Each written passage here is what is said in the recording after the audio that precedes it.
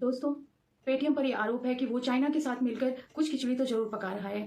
Money laundering का कुछ मामला तो जरूर है, जिसकी वजह से इसको रिस्ट्रिक्ट कर दिया गया है। तो आइए अच्छे से समझते हैं कि ये पूरा मामला आखिर है क्या।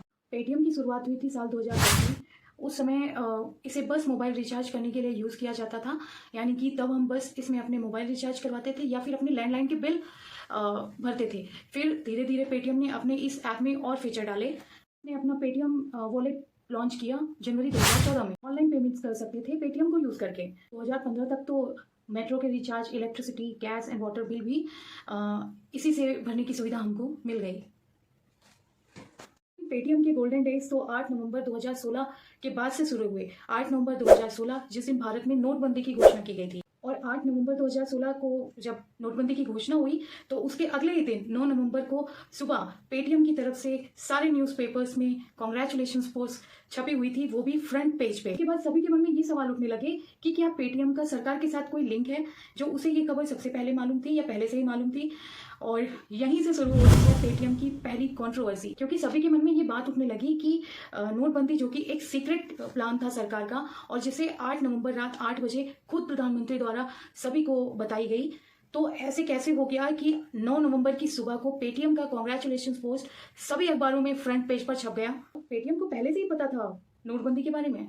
भले ही पेटीएम को लेकर कंट्रोवर्सी क्रिएट हुई, पर इस पूरी घटना से पेटीएम को फायदा भी बड़े ही लेवल का हुआ। हम आपको बता दें कि नोटबंदी से पहले पेटीएम के पास 125 मिलियन वॉलेट कस्टमर थे, जो कि बाद में 185 मिलियन तक पहुंच गए थे। और इस मौके का फायदा उठाने में पेटीएम के सीईओ मिस्टर विजय शेखर शर्मा ने कोई भी कसर नहीं छोड़ी। उन्होंने 10,000 से भी ज्यादा लोगों को हायर करके मार्केट में लोकल दुकानदारों के पास अपने क्यूआर कोड्स पहुंचाए, और उन दुकानदारों को सबको ही इनकरेज किया गया कि पेटीएम यूज किया जाए। पेटीएम कंपनी का कारोबार अब आसमान छू रहा था, पर उसी के साथ उसकी 2-3 कंट्रोवर्सी और सामने आई, जिसमें से एक थी पेटीएम कंपनी का चाइनीज लिंक। अलीबाबा नाम की एक चाइनीज कंपनी ने साल 2015 में पेटीएम में $680 इन्वेस्ट किया, और 40% स्टेक इस कंपनी का इस चाइनीज कंपनी में चला गया। अलीबाबा कंपनी के फाउंडर हैं जैक मा, जिन्हें विजय ने अपना हीरो बताया था। अब इंडिया और चाइना के रिलेशन के बारे में तो हम सबको अच्छे से पता ही है। तो जैसे ही पेटीएम के चाइनीज लिंक का खुलासा हुआ, पेटीएम सबकी नजरों में आ गया, और उस समय ही सवाल उठने लगे कि सामने से तो पेटीएम देशभक्ति का ढोंग कर रही है, पर पीठ पीछे वो देश के विरोधियों से फंडिंग लिए बैठी है। इसी विरोध के चलते पेटीएम कंपनी ने चाइनीज स्टेक 40% से कम करके 13.5% किया। पेटीएम को लेकर दूसरी कंट्रोवर्सी उठी मई 2018 में, जब investigation news agency cobra post ने एक अंडरकवर ऑपरेशन किया। इनके अंडरकवर रिपोर्टर पेटीएम के वाइस प्रेसिडेंट अजय शेखर से मिलने गए, जो कि विजय शेखर शर्मा के भाई थे। और इस अंडरकवर ऑपरेशन में जब उनसे पूछा गया कि क्या आप हमारी पार्टी का प्रोपेगेंडा फैलाओगे अपने इस ऐप के द्वारा, तो उन्होंने बड़ी खुशी खुशी इसे एक्सेप्ट किया। उन्होंने ये भी कहा कि जब सरकार ने हमसे कुछ पेटीएम यूजर का डेटा मांगा था, जब जम्मू और कश्मीर में पथराव हो रहे थे, तो हमने खुशी खुशी सरकार को दे दिया था। जो जेके में बंद हुए थे ना, जो पथराव वाला, तो हमसे पर्सनली पीओ से फोन आया, कहा गया था हमें ना डेटा दे दो, हो सकता है पेटीएम यूज ना करें। समझ लो, पर्सनली पीओ से फोन आया, कहा गया था हमें ना डेटा दे दो, हो सकता है पेटीएम यूज ना। लेकिन पेटीएम की इन सभी कंट्रोवर्सी से ज्यादा कुछ हुआ नहीं।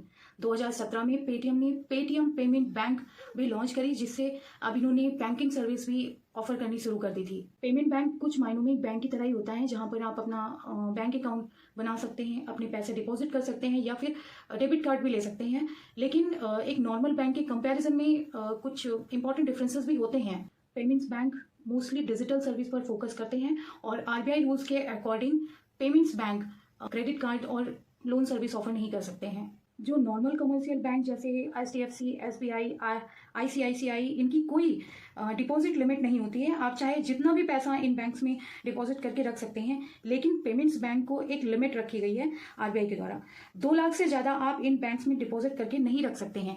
इतना डिटेल में मैं आपको ये इसलिए बता रही हूँ क्योंकि आज के दिन जो पेटीएम की ये हालत हुई है, उसके पीछे एक बड़ा हाथ पेटीएम का पेमेंट बैंक का ही है। आरबीआई यानी रिजर्व बैंक ऑफ इंडिया देश का सेंट्रल बैंक है। देश भर की मॉनेटरी पॉलिसी डिसाइड करता है और देश में पैसे छापने का काम करता है। आरबीआई के बनाए रूल्स सबको फॉलो करने पड़ते हैं। 31 जनवरी 2024 को पेटीएम का ये जो क्रैश हुआ, ये इसलिए हुआ क्योंकि आरबीआई ने पेटीएम के पेमेंट्स बैंक पर ऑफिशियली रिस्ट्रिक्शन लगा दी।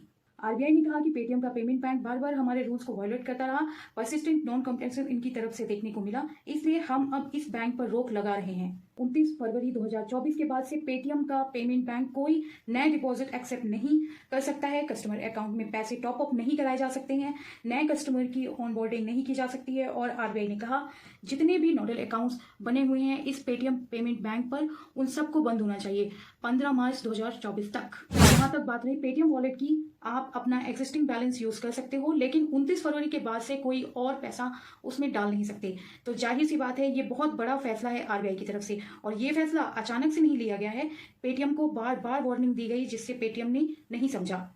आरबीआई के बनाए गए बहुत सारे रूल्स और रेगुलेशंस को इग्नोर किया गया और इसके पीछे कहीं ना कहीं इनके सीईओ विजय शेखर शर्मा की एरोगेंस ही जिम्मेदार है।